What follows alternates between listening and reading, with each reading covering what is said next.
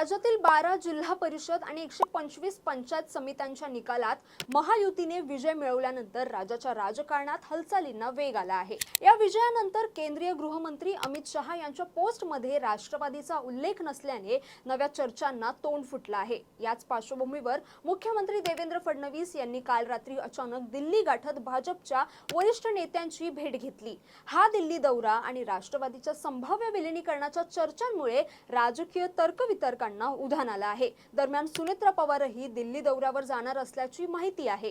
देवेंद्र फडणवीस आणि सुनेत्रा पवारांचे दिल्ली दौरे तसेच राष्ट्रवादीच्या विलीनीकरणाच्या चर्चा मोठ्या जोरात सुरू आहेत।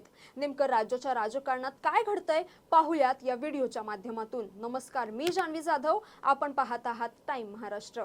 राज्यातील 12 जिल्हा परिषद आणि 125 पंचायत समित्यांच्या निवडणुकांचे निकाल काल जाहीर झाले असून या निकालात सत्ताधारी महायुतीने मोठं यश मिळवलं आहे। सर्वच्या सर्व 12 जिल्हा परिषदांमध्ये महायुतीने सत्ता मिळवत पुन्हा एकदा आपलं वर्चस्व सिद्ध केलं आहे। या निकालामुळे राज्याच्या ग्रामीण राजकारणात महायुतीची पकड अधिक मजबूत झाल्याचं चित्र आहे। या निकालांमध्ये भाजपने सर्वाधिक 8 जिल्हा परिषदांमध्ये विजय मिळवला आहे। शिवसेनेने 3 जिल्हा परिषदांमध्ये बाजी मारली असून पुणे जिल्हा परिषदेत अजित पवारांच्या राष्ट्रवादी काँग्रेसने सत्ता मिळवली आहे। त्यामुळे महायुतीतील तिन्ही पक्षांनी आपापल्या परीने कामगिरी बजावल्याचं दिसून येत आहे।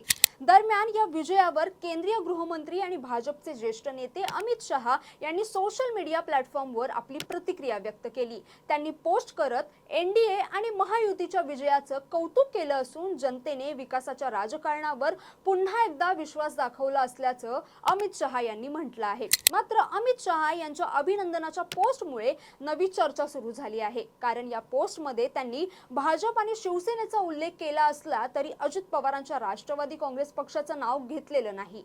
जिल्हा परिषद निकालांमध्ये पुण्यात राष्ट्रवादीला यश मिळालं असतानाही त्यांच्या पोस्टमध्ये राष्ट्रवादीचा उल्लेख टाळण्यात आल्याचं चित्र स्पष्ट दिसत आहे। या कारणामुळे राजकीय वर्तुळात विविध तर्कवितर्क लावले जात असून महायुतीतील अंतर्गत समीकरणांबाबत चर्चा रंगू लागल्या आहेत। तर दुसरीकडे मुख्यमंत्री देवेंद्र फडणवीस यांनी काल रात्री अचानक दिल्ली गाठल्यामुळे राज्याच्या राजकीय वर्तुळात चर्चांना उधाण आलं आहे। कोणतीही पूर्वसूचना नसताना झालेल्या या दिल्ली दौऱ्यामुळे अनेक तर्कवितर्क लावले जात असून मुख्यमंत्री देवेंद्र फडणवीसांनी रात्रीच भाजपच्या वरिष्ठ नेत्यांची भेट घेतल्याची चर्चा आहे। राज्यातील सध्याच्या घडामोडींच्या पार्श्वभूमीवर हा दौरा अत्यंत महत्त्वाचा मानला जात आहे। राष्ट्रवादी काँग्रेसच्या संभाव्य विलीनीकरणाबाबत गेल्या काही दिवसांपासून चर्चा सुरू आहेत। याच पार्श्वभूमीवर मुख्यमंत्री देवेंद्र फडणवीस यांच्या दिल्ली दौऱ्यामुळे अनेक प्रश्न आता उपस्थित झाले आहेत। विलीनीकरणाच्या मुद्द्यावर राज्यातील मित्र पक्षांशी चर्चा सुरू असून पुढील काही दिवसात मोठे राजकीय निर्णय होण्याचे संकेत दिले जात आहेत। मुख्यमंत्र्यांच्या या अचानक दिल्ली दौऱ्यानंतर राज्याच्या राजकारणात नव्या हालचालींना वेग आला आहे।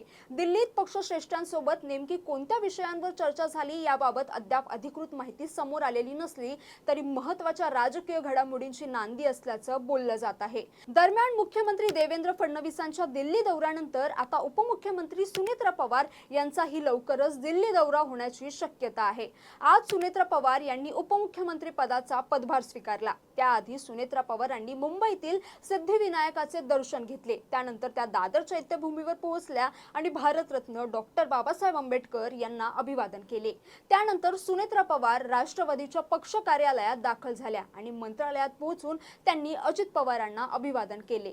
6व्या मजल्यावरच्या उपमुख्यमंत्र्यांच्या दालनात जात सुनेत्रा पवारांनी उपमुख्यमंत्री पदाचा आज पदभार स्वीकारला। आज उपमुख्यमंत्री सुनेत्रा पवार दिल्लीला जाणार आहेत। त्याच वेळी त्या पंतप्रधान नरेंद्र मोदी आणि केंद्रीय गृहमंत्री अमित शहा यांची भेट घेणार आहेत अशी माहिती आहे।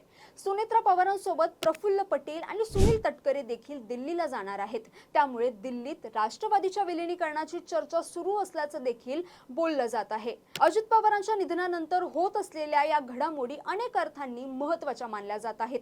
12 तारखेला विलीनीकरणाची अजित पवारांची इच्छा होती असं शरद पवार यांनी याआधी सांगितलंय। अजित पवार यांच्या राष्ट्रवादीच्या काही नेत्यांनी देखील विलिनीकरण होणार होतं असं सांगितलंय। मात्र अजित पवारांच्या राष्ट्रवादीतले नेते सुनील तटकरे आणि प्रफुल्ल पटेल विलिनीकरणाबाबत फारसे उत्सुक नसल्याचं दिसतंय। तर दुसरीकडे प्रकृती बिघडल्यानं शरद पवार रुग्णालयात दाखल झाले आहेत। सुनेत्रा पवारांनी काल शरद पवारांची रुग्णालयात जात भेट घेतली। एकीकडे सुनेत्रा पवारांचा दिल्ली दौरा होणार असून तर दुसरीकडे फडणवीसांनी दिल्लीत जात वरिष्ठांची भेट घेतली आहे। आता सुनेत्रा पवार यांच्या दिल्ली भेटीनंतर महाराष्ट्राच्या राजकारणात काय घडामोडी घडणार हे मात्र पाहणं महत्त्वाचं आहे। तर तुम्हाला याबद्दल काय वाटतं? तुम्हाला हा व्हिडिओ कसा वाटला आम्हाला नक्की कमेंट करून सांगा आणि अशाच व्हिडिओसाठी टाइम महाराष्ट्राला फॉलो आणि चॅनलला सबस्क्राइब करायला विसरू नका। धन्यवाद।